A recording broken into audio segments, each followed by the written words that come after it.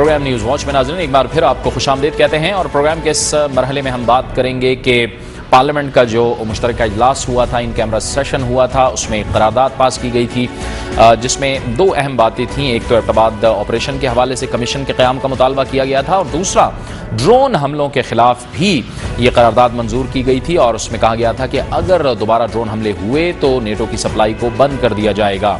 लेकिन अहम तरीन सवाल यह है कि 2 मई के ऑपरेशन के बाद वज़ीरिस्तान के मुख्तलिफ इलाकों में, जनूबी वज़ीरिस्तान और शुमाली वज़ीरिस्तान में अमरीकी ड्रोन हमलों का सिलसिला जारी है। आज भी शुमाली वज़ीरिस्तान के इलाके शमाल में 2 ड्रोन हमले हुए हैं, 2 मिसाइल फायर किए गए हैं, जिससे तक की इतलात के मुताबिक 24 अफराद को हलाक कर दिया गया है। हमने देखा है कि गुज़िश्ता कई दिनों से ड्रोन हमलों का जो सिलसिला है वो तबातुर से जारी है। इसके खिलाफ पाकिस्तान की सियासी जमातों का रद्द-ए-अमल सामने आया है। पाकिस्तान तहरीक इंसाफ ने 2 बार धरना किया है। पेशावर में 2 रोज़ का धरना किया इमरान खान ने और उसके बाद कराची में धरना किया। इसके साथ साथ जमात इस्लामी की जानिब से भी ड्रोन हमलों के खिलाफ आवाज़ें उठाई गई हैं और ख़ुद कबायली इस हवाले से बहुत परेशानी का शिकार हैं। और परेशानी का शिकार वो इसलिए भी हैं कि अब वज़ीरिस्तान से जो इत्तलात सामने आई हैं कि इन ड्रोन हमलों के बारूद में कुछ इस किस्म का केमिकल इस्तेमाल किया जा रहा है कि जिससे ज़ख्मी होने वाले जो कबायली हैं वो कई पुरस्रार और पेचीदा बीमारियों का शिकार हो रहे हैं। इसके साथ साथ मिसाइल हमलों में जो इस्तेमाल होने वाला कीमियाई मादा है वो इंतहाई मुज़िर और नुकसानदेह है। इसके साथ साथ मिसाइल हमलों से मुतासरा ज़ख्मी कबायली खुसूसी तौर पर जल्द, आँखों, सांस और पेट की मुख्तलिफ बीमारियों का सामना कर रहे हैं। और इसके साथ साथ ये भी इत्तलात सामने आ रही हैं कि ड्रोन हमलों के मिसाइलों से बराह रास्त मुतासरा ज़ख्मियों में क़ुव्वत मुदाफ़ियत और बहाली सेहत बहुत कम रह जाती है। इसके साथ साथ मुतासर अफराद या तो मिसाइलों के कीमियाई मादों की शिद्दत से जाबाक हो जाते हैं या फिर ज़िंदगी और मौत की शदीद कशमकश में उनकी ज़िंदगी जारी और सारी है। अब बहुत से जो डॉक्टर्स हैं जिनके पास इस किस्म के ज़ख्मी लाए गए हैं, उन्होंने हमें ये बताया है कि बहुत पेचीदा मराहिल का उन्हें सामना है, बहुत पेचीदा बीमारियों का और पुरस्रार बीमारियों का उन्हें सामना है। इन्हीं मामलात पर बात करने के लिए आज हमें ज्वाइन किया है पेशावर से दुनिया न्यूज़ के सीनियर कॉरेस्पॉन्डेंट हैं नासिर दावड़ ने, और हमारे साथ इस्लामाबाद से मौजूद होंगे मुस्लिम लीग क़ाफ के मरकज़ी सीनियर नायब सदर हैं और ख़ुद भी उनका ताल्लुक़ वज़ीरिस्तान से है, जनाब अजमल खान वज़ीर। अजमल वज़ीर, आपको भी हम खुशामदीद कहते हैं। में भी ज़ाहिर है और आपके नोटिस में भी कुछ ऐसे केसेस होंगे, कुछ ऐसे ज़ख्मी होंगे जो इस किस्म की बीमारियों का शिकार हैं।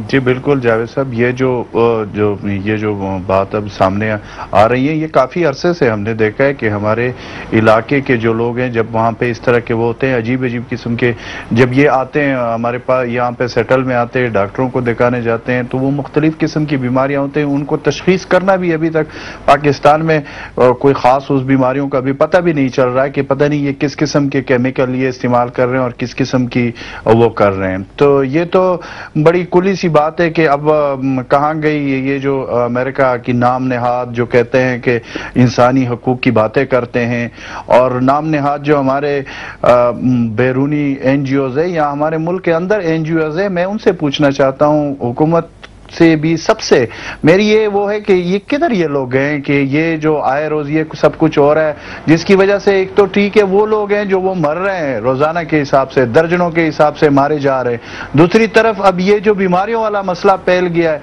तो वो ये सारी सूरत हाल तो हम काफ़ी दिनों से, काफ़ी अरसे से हम ये पीट कर और इनके सामने हाथ जोड़ जोड़ कर कह रहे हैं, लेकिन इसका कोई नोटिस नहीं लिया जाता।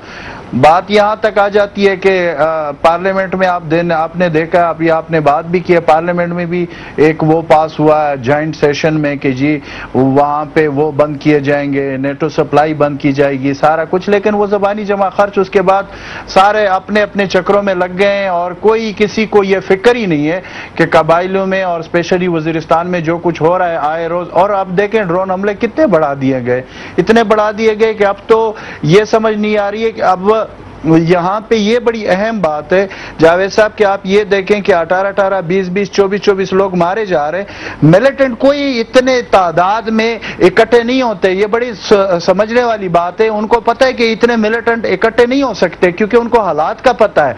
ये लोग होते हैं। अभी उस दिन जो मीरान शाह में जो कल किया गया वो भी तो एक फ्लाइंग कोच पे किया गया, मुझे बता दे उसमें कितने मिलिटेंट। अच्छा, मिलिटेंट की बात होती है कि फलाना मारा गया, फलाना मारा गया, बड़े बड़े नाम आ जाते हैं, लेकिन 2 दिन के बाद उसकी भी तरदीद आना शुरू हो जाती है कि कोई उसमें इस तरह बात नहीं थी। ठीक है, तो ठीक है अजमल, आप हमारे साथ रहिएगा, नासिर भी हमारे साथ हैं। एक ब्रेक लेते हैं और ब्रेक के बाद अपनी गुफ्तगू का सिलसिला जारी रखते हैं।